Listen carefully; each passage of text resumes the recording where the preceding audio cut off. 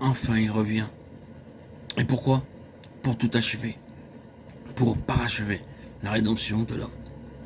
Pour parachever tout ce qu'il est venu faire la première fois. Et ce, dans tout domaine.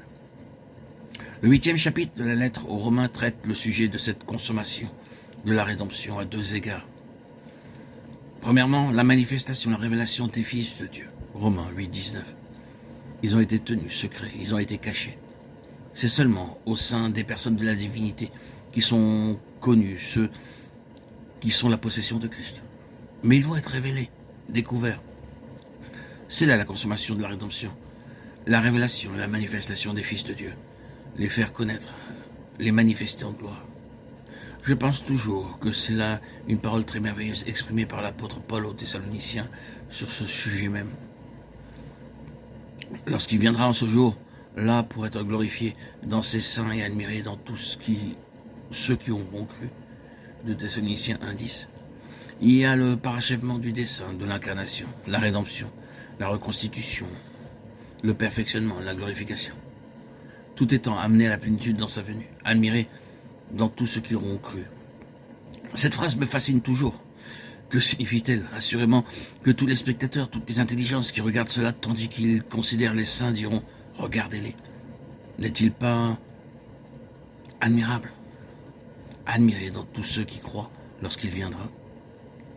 C'est la consommation de l'œuvre et du dessein de l'incarnation et la consommation dans les croyants de toute la signification de sa vie terrestre.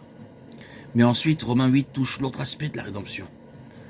La création tout entière, nous est-il dit, attend cette révélation des fils de Dieu. Et elle aussi, tout ensemble, soupire et souffre les douleurs de l'enfantement. La création elle-même, dit l'apôtre, sera affranchie. Il a posé ses pieds sur terre et a dit, elle est à moi. Il est venu sur cette terre. Il a vécu et triomphé et a remporté la victoire pour elle et sur elle. Et maintenant, à sa venue, elle sera rachetée comme la consommation de la rédemption. La création elle-même sera affranchie de la servitude de la corruption. Mais ce n'est pas seulement la création qui doit être affranchie. Nos corps doivent entrer au bénéfice de cette consommation de la rédemption.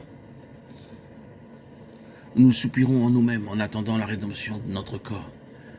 Les corps physiques des croyants doivent être affranchis de la servitude de la corruption. Tout ceci représente ce qu'il est venu faire, tout ce qu'il mit à exécution en lui-même, tout ce qui était vrai de lui. Il l'accomplit maintenant dans les croyants.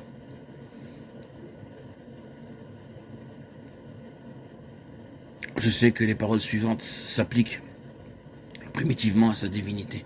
Cependant, il y a une application secondaire à ces paroles. Il n'était pas possible qu'il soit retenu par la mort. Acte 2.24. Tu ne permettras pas que ton saint voie la corruption. Verset 27. Parce qu'il était le saint, il n'était pas possible qu'il soit retenu et maîtrisé par la mort, car la mort est la pénalité du péché. Comme je l'ai dit primitivement, ces paroles se rapportent à lui en tant que fils divin de Dieu, incorruptible et sans péché. Mais à présent, il délivre les croyants du péché et de la corruption, et donc de la mort. Et il accomplit en eux la chose qui était vraie en lui-même. Il ne les transforme pas en Dieu, mais par grâce, il leur confère toutes les valeurs de son propre triomphe. Et cela inclut la rédemption physique.